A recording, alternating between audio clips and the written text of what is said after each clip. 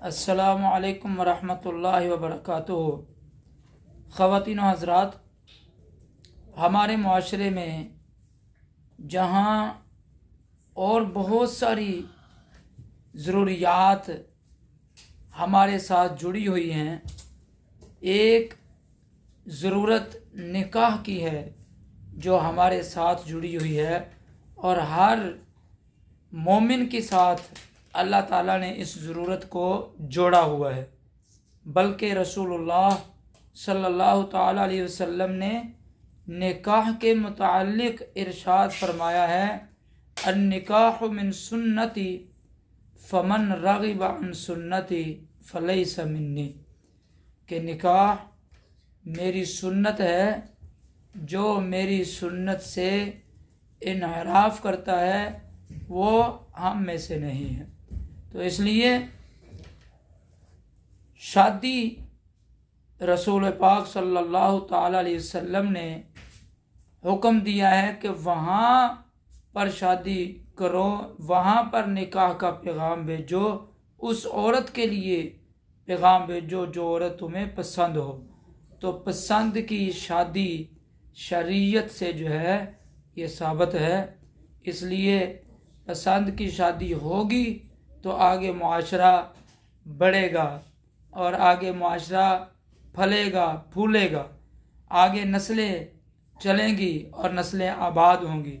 اگر نکاح پسند کا نہیں ہوگا تو یہ زیادہ دیر پا شادی نہیں ہوگی، اور نہ ہی اس طرح کے رشتے جو زور و جبر کے ساتھ کیے جاتے ہیں یا کروائے جاتے ہیں، معاشرتی اعتبار سے اور خاندانی سطح پر زبردستی کروائے جاتے ہیں لڑکوں کے نکاح، لڑکیوں کی شادیاں، تو یہ زیادہ تر جو ہے عمومی طور پر پایا تکمیل تک اس طرح کے نکاح، اس طرح کے جوڑے، یہ شادیاں جو ہے نہیں چڑھتی۔ اس لیے جہاں پسند ہو وہاں نکاح کیا جائے۔ پسند کا نکاح اللہ تعالیٰ نے اس کے اندر برکت در رکھی ہے، اور یہ آگے بڑھتا بھی ہے اور نسل بھی جو ہے پھلتی پھولتی ہے۔ تو اس پسند کی شادی کے کرنے کے لیے جہاں دنیاوی اسباب کو اختیار کیا جاتا ہے، وسائل کو بروئے کار لایا جاتا ہے، وہاں جو ہے روحانی اعمال بھی ہیں، روحانی وظائف ہیں۔ انہی اعمال میں سے، انہی روحانی وظائف و اعمال میں سے ایک وظیفہ یہ ہے، اللہ لطیف بعبادہ یرزق من یشاء وہو القوی العزیز۔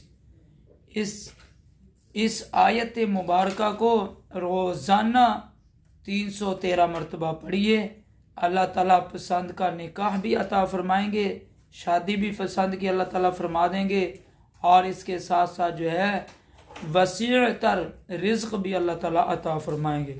اس آیت مبارکہ کو 313 مرتبہ پڑھیے، اللہ لطیف بعبادہ یرزق من یشاء وہو القوی العزیز۔ ایک بار پھر ہم پڑھ دیتے ہیں، اللہ لطیف بعبادہ یرزق من یشاء وہو القوی العزیز۔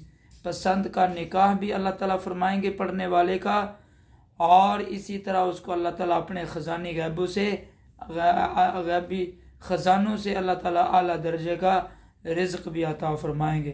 اللہ تعالیٰ سے دعا ہے اللہ تعالیٰ ہمیں قرآن و سنت کے مطابق زندگی بسر کرنے کی توفیق عطا فرمائے۔ آج ماہ مقدس ماہ رمضان المبارک کا 11واں روزہ جو ہے وہ گزرا ہے، اور جمعۃ المبارک کا عظیم بابرکت جو ہے دن ہے، اور مبارک جمعۃ المبارک یہ رمضان المبارک کا دوسرا جمعۃ المبارک تھا، جو آج ہم سے جو ہے گزرنے کو ہے، بلکہ گزر ہی چاہتا ہے۔